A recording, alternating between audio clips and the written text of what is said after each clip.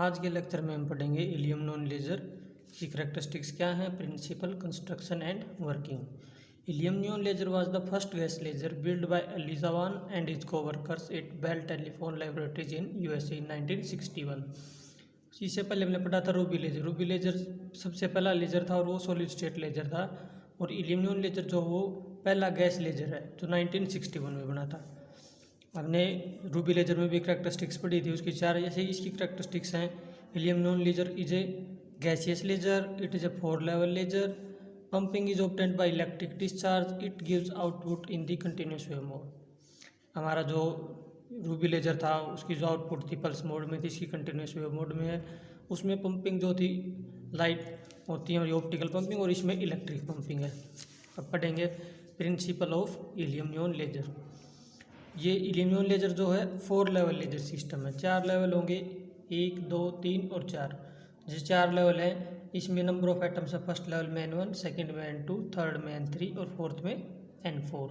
तो इस केस में क्या होगा, जो एटम्स होंगे ग्राउंड स्टेट में होंगे, यहाँ पर इलेक्ट्रिक डिस्चार्ज से जो एटम्स होंगे एनर्जी लेके ये जाएंगे फर्स्ट लेवल से फोर्थ लेवल पे बाय इलेक्ट्रिक पंपिंग।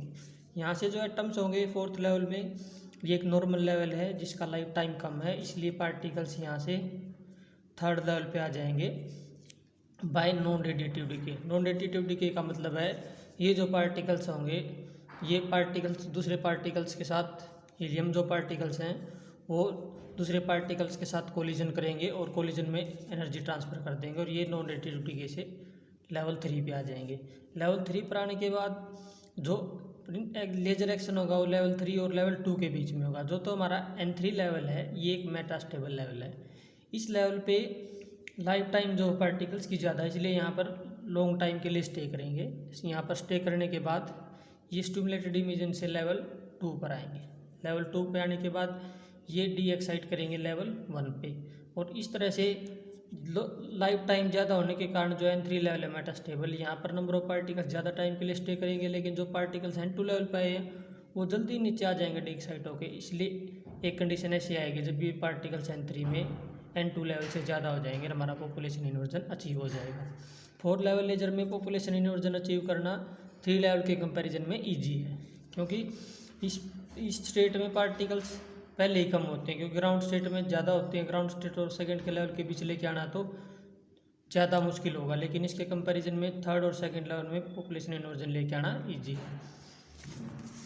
अब प्रिंसिपल में हम पढ़ेंगे, ये तो होगी इसकी प्रोसेसिंग। अब मैथमेटिकली इसको कैसे सोल्व करेंगे, तो मैथमेटिकली सोल्व करने के लिए हम देखेंगे 4 लेवल्स हैं कि लेवल्स में पॉपुलेशन जो चेंज है पॉपुलेशन डेंसिटी का, वो चेंज कैसे होगा। तो सबसे पहले पढ़ेंगे population density of level 4, rate of change of population density of level 4, Tn4/dt। ये होगा Wp into N1 minus Wp into N4।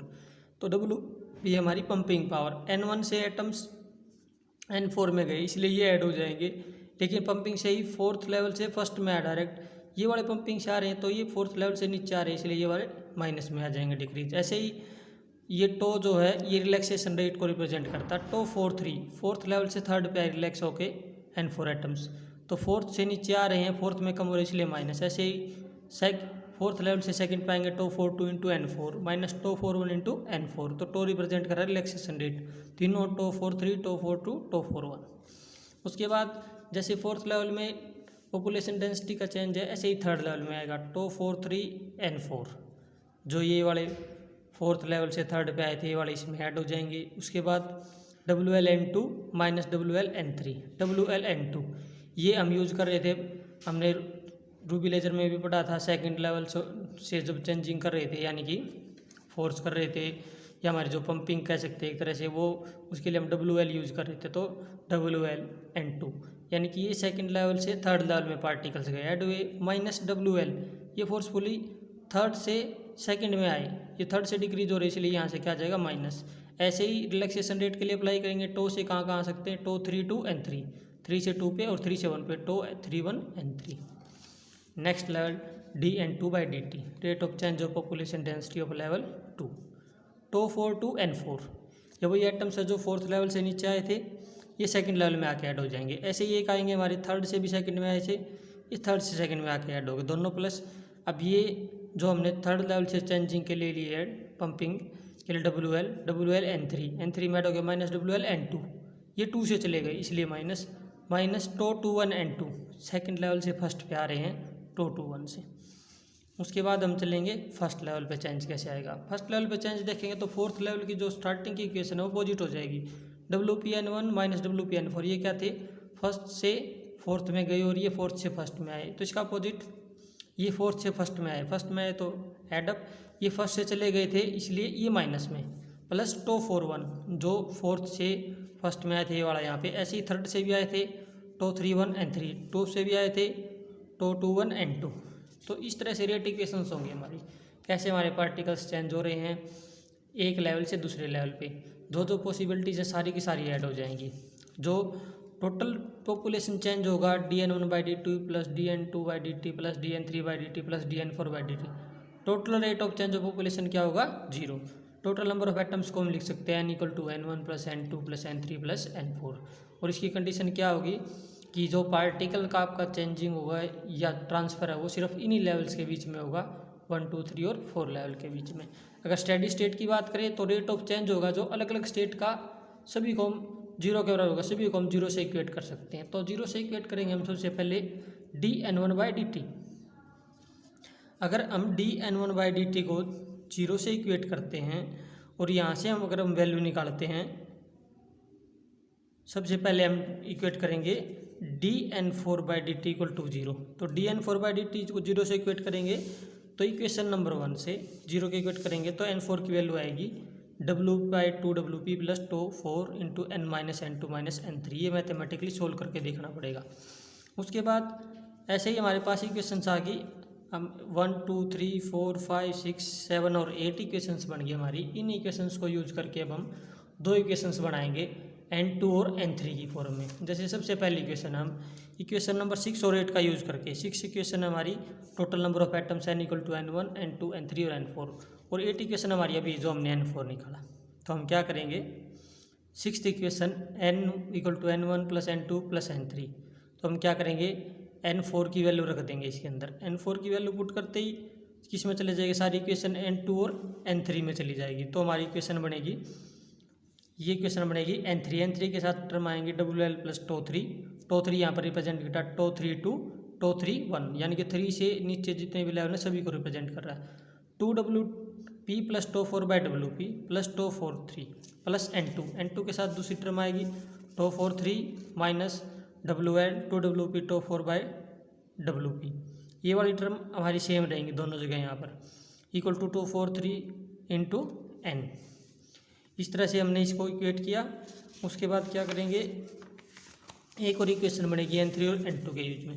इसके लिए हम यूज करेंगे इक्वेशन नंबर 2 3 और 7। 2 3 और 7 कौन सी इक्वेशन है, इक्वेशन नंबर 2 थी rate of change of atoms in third state, 3 थी rate of change of atoms in second state, और 7th इक्वेशन थी हमारी dN1/dt dN2/dt dN3/dt dN4/dt अलग इक्वेट करके 0 के बराबर। इन इक्वेशंस का यूज करके N3 के साथ आएगी एक टर्म, दूसरी आएगी N2 के साथ इक्वल टू 2 × N।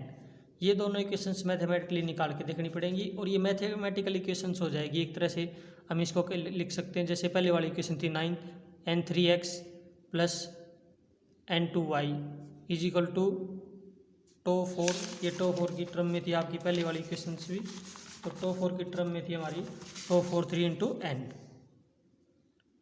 ऐसे ही यहाँ से निकालेंगे N3 × x plus N2 × y tau 4 2 × N। इसको x1 x2 y1 y2, अगर इस तरह से एक इक्वेशन मानेंगे, मैथमेटिकल इक्वेशन है, इसको हम सोल्व करेंगे।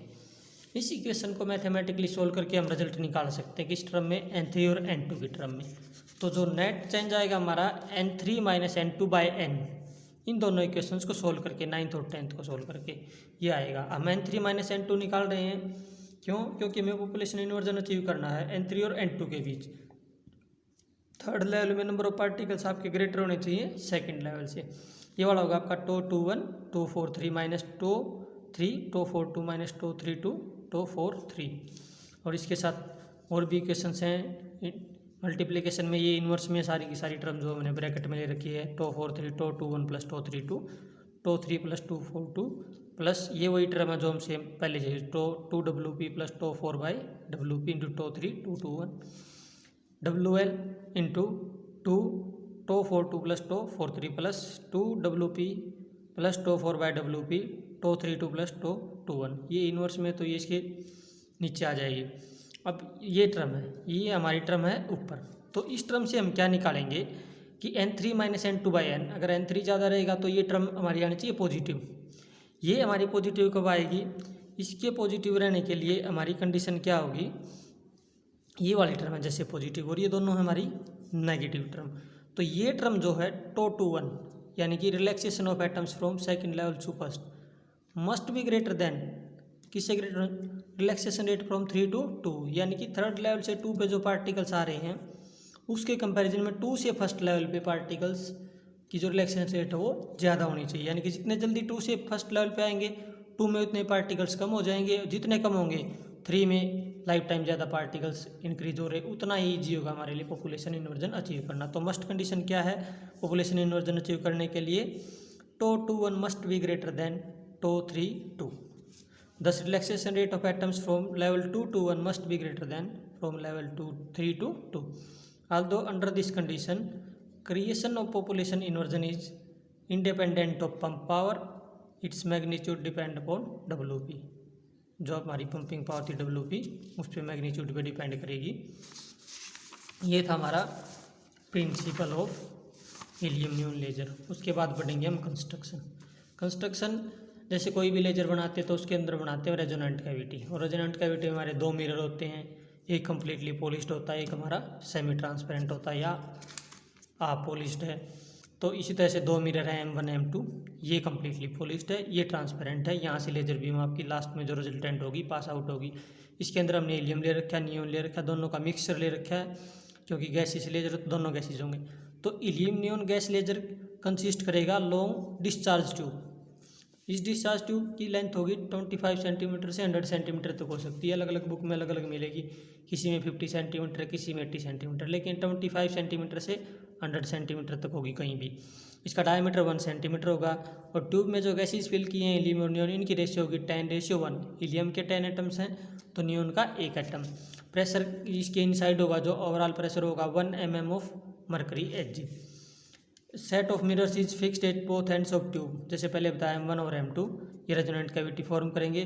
1 मिरर इज हाईली रिफ्लेक्टिंग या completely polished, the other is partially transparent, so that the energy may be coupled out of the system. यहाँ से लेजर बीम में मिलेगी जो आपका कम्प्लीटली पॉलिश्ड नहीं है उस पार्ट से। उसके बाद आते हैं वर्किंग पे।